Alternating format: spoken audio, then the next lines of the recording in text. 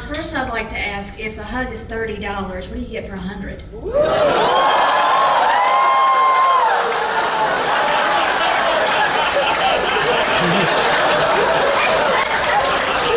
Tickle, tickle, spank, spank.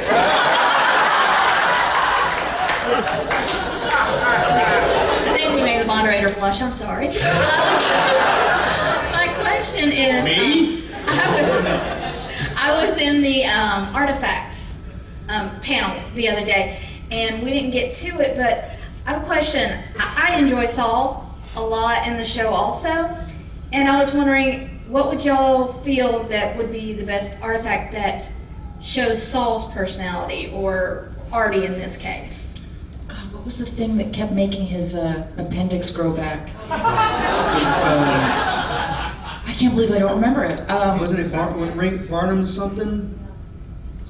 Was it P.T. Barnum's? Yeah, something P.T. Barnum. Was it the Calliope? No. No. Does anybody remember what made Artie's appendix grow back so that he could keep seeing Vanessa? P.T. There Barnum's we go. top. That's it. Yes. Thank you. We have that technology. Yeah, because it was so kind of like cute and sort of. I'm losing my words here because I'm fried and I've been here for 7 weeks. But this sort of sweet thing that could bring him closer to someone that he cared about. Endearing. Endearing, yes. Yeah, I remember that we had a scene, Artie and Pete, up in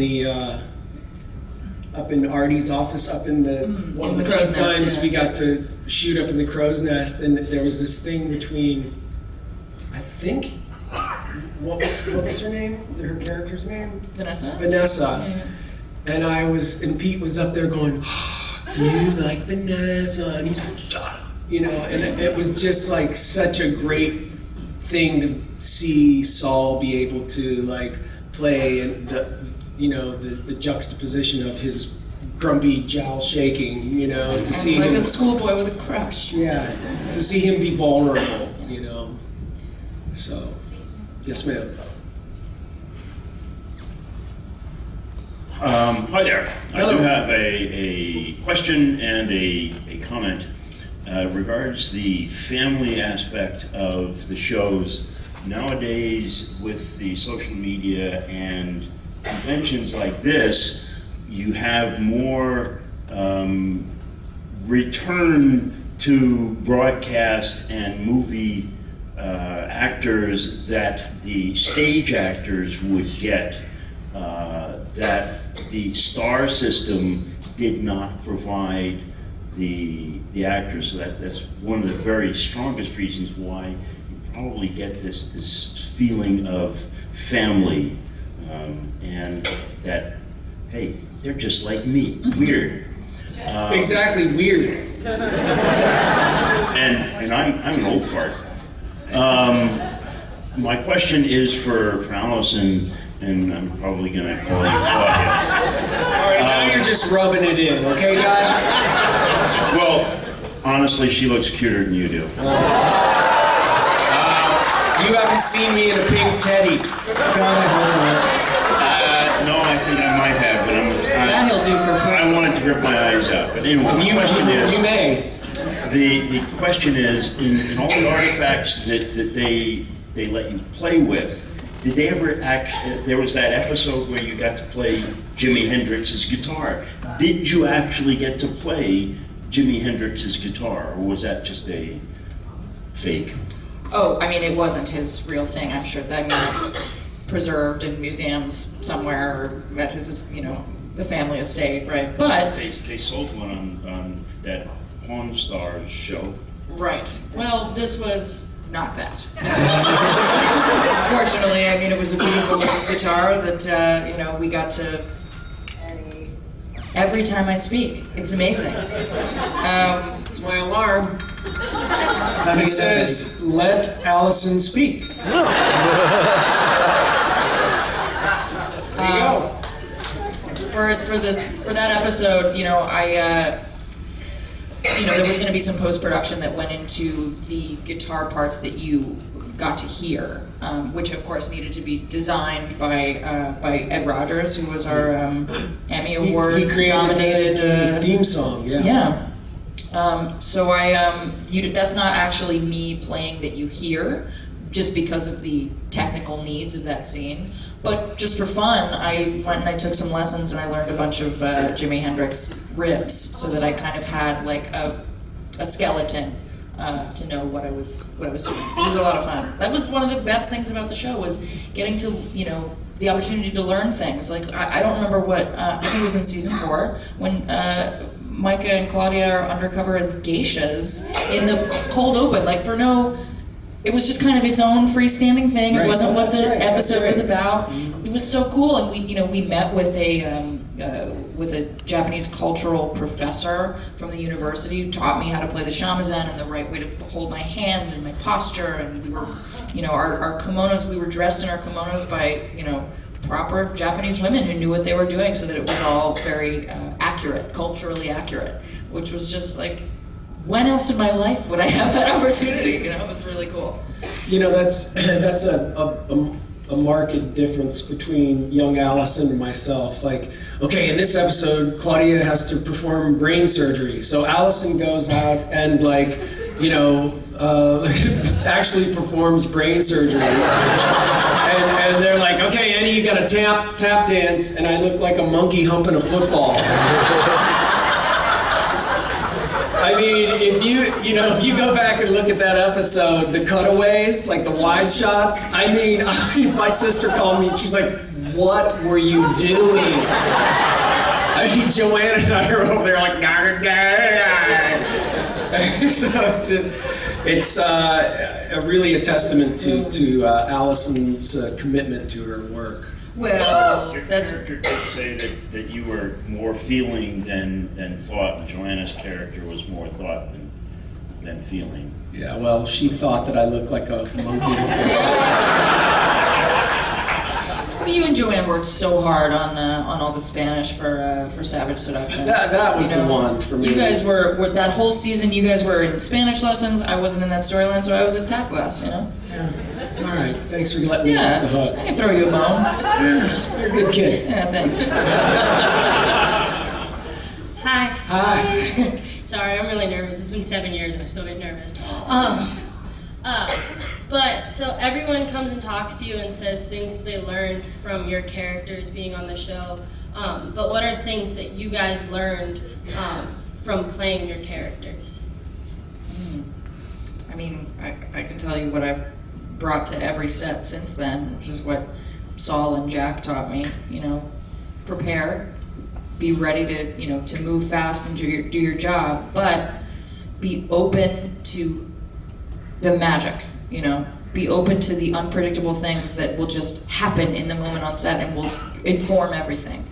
That it's an actory kind of technical thing to talk about, but everybody comes at it a different way. Some people fill their scripts with notes and notes and notes, and they're by the time they get to shush, I'm not talking shit. But some actors, by the time they get to set, they're just on a track, and if you throw them a curveball, it's like you just watch the computer start to smoke, And we have good days and bad. I mean, I certainly don't feel like every day I'll be driving home from set and go, oh, I missed it. I missed that opportunity to do that little thing, and now it's gone.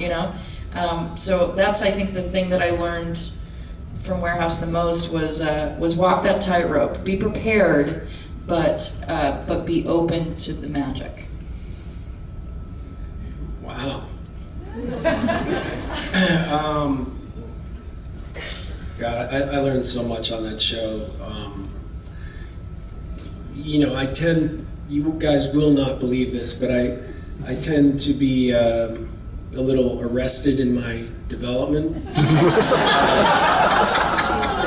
It's true. And this was a good opportunity for me to look. I mean, I still obviously embrace who I am, but I guess Pete taught me that it's okay to be all those things, silly and childlike, but still be a man and still be naive and open and non-judgmental. It was a 5-year lesson for me. You know, like Jack Kenny said to me, we were writing the scene where, hey Danny, where Jinx, he and Jinx are standing, Pete just takes his shirt off and he goes, dude, drink it in, right? And because Jack said to me, he goes, I want you to be the coolest straight man that I've never met. No judgment at all, and so okay with who he is that he's willing to expose himself like that, literally. And that was a big lesson for me. You know, we all walk around with this preconceived idea of how we're supposed to be and how we're supposed to act and how people perceive us. And this was a great opportunity, like I said, a 5-year lesson for me in just being who I am and being okay with that. So.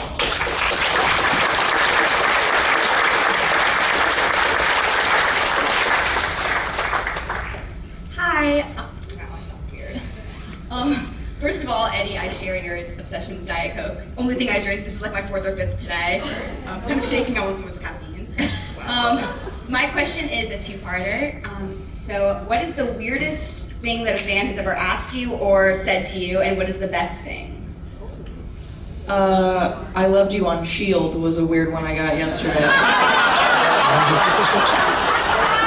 Also, that's not you on BattleBots? I was watching BattleBots the other night. She's very, no. She's lovely. Yeah. I know. But I can see. Yeah, I can absolutely. See, yeah. We get it all the time. I think she doesn't like it, which is like, girl, why? Yeah, right? I love that show. No. She doesn't like the comparison of. She doesn't like she's constantly mistaken for me. Oh, the girl on BattleBots. Yeah, Hazlet. The ego. Should have known eventually. I think it's a compliment in both directions. Of course. Personally. But I think the weirdest thing I was ever asked to do was sign someone's arm, and then he got it tattooed. But that was his thing. He had a whole sleeve of signatures. Yeah. Somebody tattooed my signature on their foot. Is that true? Yes. Wow. So, I mean, I got the foot. You got the arm, I got the foot. That's okay.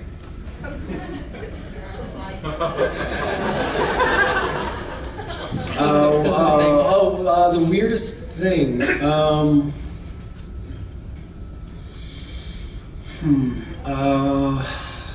Well, I had when I was just starting off, and before I had my phone number unlisted, I had a girl call, and she was like, Eddie, and I'm like, hello.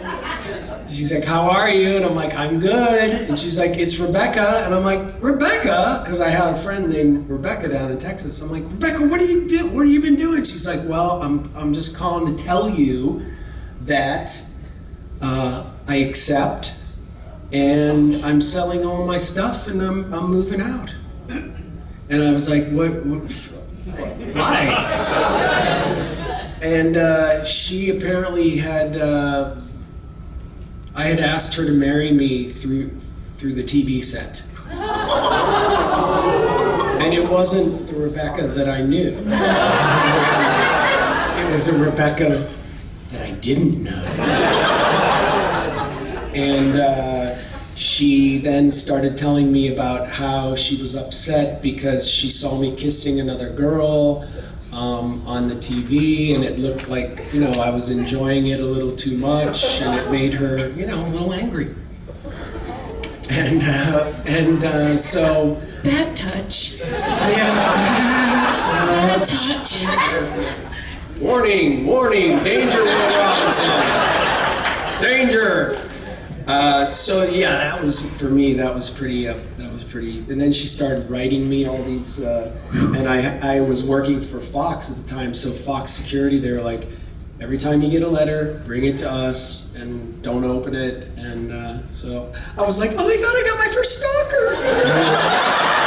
Sweet! That's not weird. That's like Creepy. Well, I was trying not to go there, but so I hope she, God love her. I hope she got the help that She's she okay. needs. Yeah, I hope she's okay. And oh my God, she's here. That's her over. Hi, Rebecca. That was me. Oh no! Well, Security. Well, I'll leave you to it.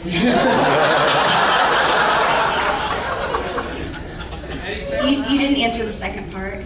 oh, Sorry. Wait, what was the second part? The best thing that anyone was. Oh, the best thing. oh, I know that right off. Well, you said he was a stalker, so we know he is. Yeah, same story for me. Because I married that woman. Lynn Sanchez, my wife. I've talked so much about how special it is to meet, young women like yourself and, well, everyone, but in terms of just like really cool things I've been asked to do, when people ask me to sign their guitar, that's like, the first time I was really resistant. I was like, no, man, this is your instrument. Like, I can't, what do you want my signature on it for? I'm not even a very good guitar player. But I embraced it because, much like this whole community, music is unifying and it's for everyone and it knows no limits, right? And so, somebody approached me on the first or second day here and said, hey, when you were here in 2014, I had you sign my guitar. And he reminded me of something that I wrote on it, which was like, this machine causes uncontrollable happiness. And he was like, it's the centerpiece of my home, and everyone who comes in, really loves it, and it just like creates good vibes. And I was like, wow, that's kind of really special. So, yeah, it's an artifact. Exactly. Ding, ding, ding, ding. Yeah, I guess I created an artifact. That's pretty cool. How many of you guys were here for the panel last night? Okay. All right, so I'm going to tell mine again, since you asked. The big one for me was I was up in Denver, Colorado, and a young kid walked in, about a 21-year-old kid, very nice kid, handsome, quiet, and he had shorts on, and as I was standing there talking to him, I noticed his legs were terribly, terribly, terribly scarred. We started talking. He was a Marine Corps sniper who, when he was in Afghanistan, had stepped over a 30-pound remotely detonated IED.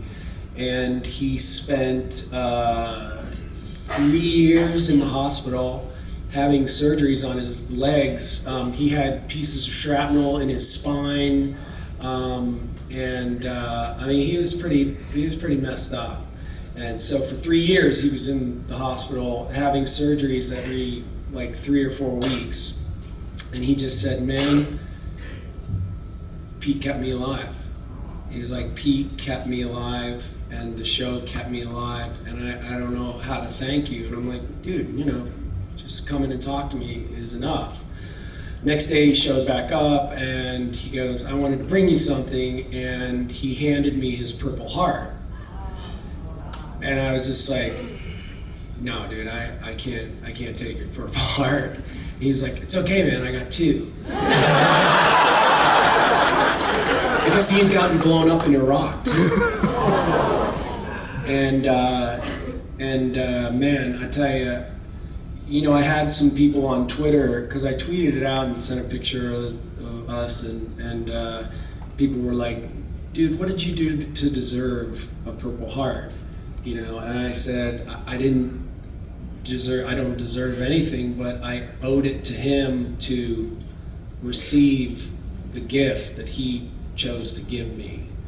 And it was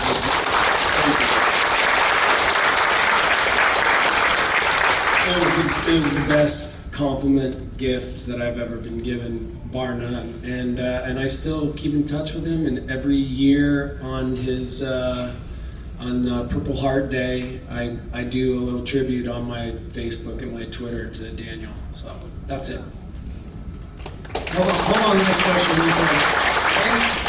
You mentioned earlier, and now that we're on the subject of veterans, the 22 push-ups. Oh yeah. All right, guys.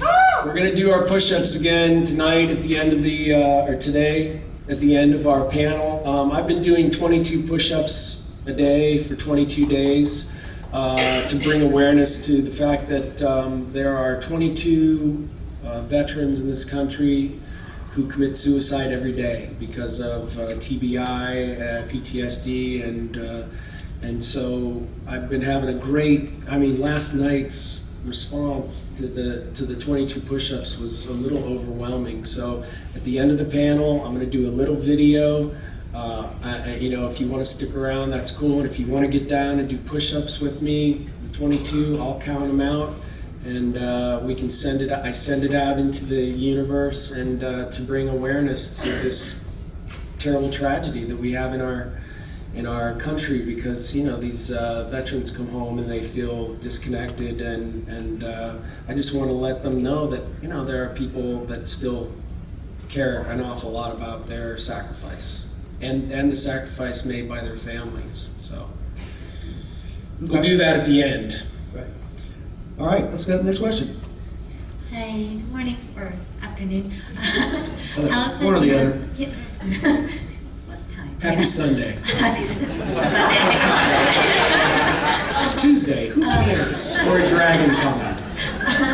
Allison, you have a great voice, and I love the song. Eddie, that was an awesome intro. Love the dance. This question is actually from my husband, who is giving blood downstairs. You've probably seen him, Nelson, in the kissing booth. So his question is can y'all come down after your push-up challenge or push-up? If you can visit him in the blood donation. And give blood? Sure, if you want to. He just wants to see. I'm terribly scared of needles, but sure. Good thing I wasn't a junkie. I did every other conceivable chemical known before I got 15 years sober right now, so I was always scared to death of needles, which saved my life. So yeah, sure, man, I'll go down and give blood. I can't give blood right now because I'm sick, but I'll go say hi. Oh yeah, I'm sick too.